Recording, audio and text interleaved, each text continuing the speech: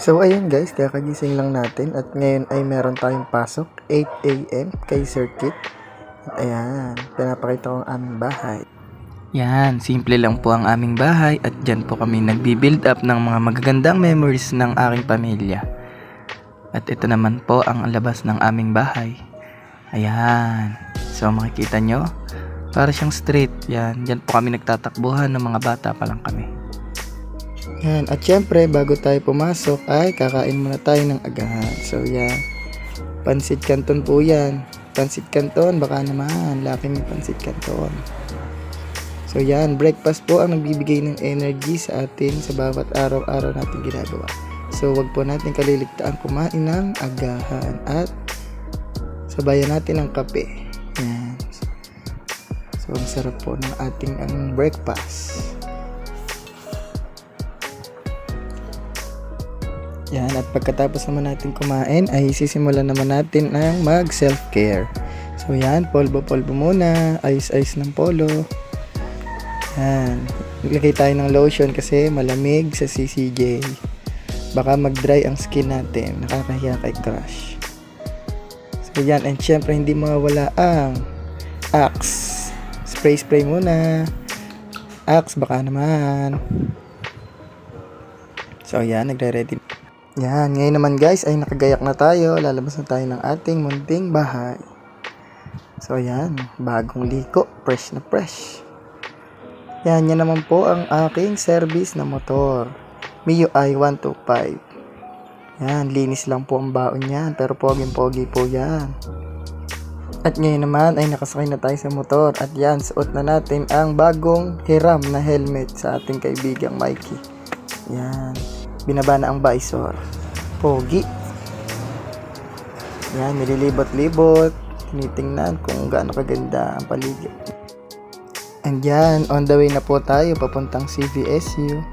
Ito naman po ang aming munting barangay, Kalumpang Lehos. Yan, mababait po ang mga nakatira dyan at mga palabati. Yan, sobrang ganda ng aming barangay.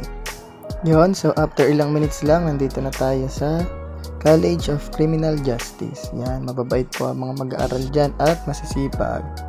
Kaya po tayo ay top 1 performing school sa board exam ng criminology. So ayan, nandito na tayo sa room. Nandiyan na po yung aking mga classmate. Ayan. Ayan sila, nagkukwentuhan. Nagkakamustahan muna bago magsimula ang klase. Yan, andyan ang aking Mima source, Krisha. At ayun, may na-late nga ang aking isang mimasor, si Rhea. Anong oras na kasi siya dumating, kaya siya ay mapaparusahan ng 20 na frog lifting.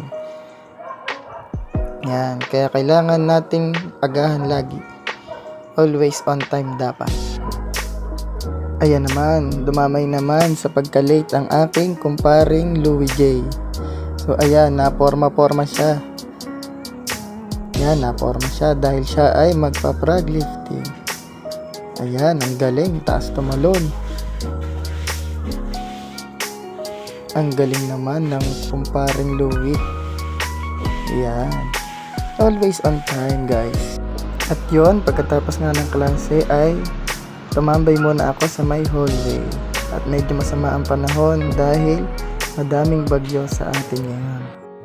Ayan, at ipeplex ko naman po ang aking mahal na magulang. Ayan, na walang sawang sumusuporta at gumagabay sa akin, sa aking mga mithiin sa buhay. Yan, sumasayaw-sayaw po sila. Yan, masaya po ako na makikita ko silang masaya.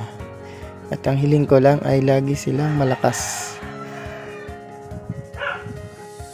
Ito naman po ang mga masasayang sandali ng aking mga katropa at mga kababata. So ayan, masaya po kami dahil kaarawan ng aming isang tropa. So ayan ang aking mga tropa mula sa school. At naniniwala ako na ang kaibigan ang lubos na mas nakakilala sa atin kaysa sa ating mga pamilya.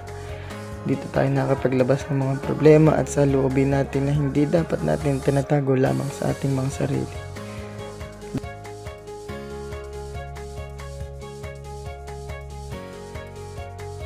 Ang aking libangan naman ay ang pamimingwit ng isda.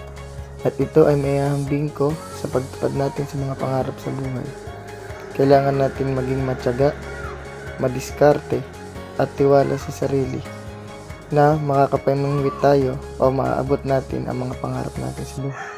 Huwag natin kalimutan maging mabait sa ating mga kapwa dahil tayo ay saglit lamang mabubuhay sa mundo at mag-iwan tayo ng mga magandang memorya dito.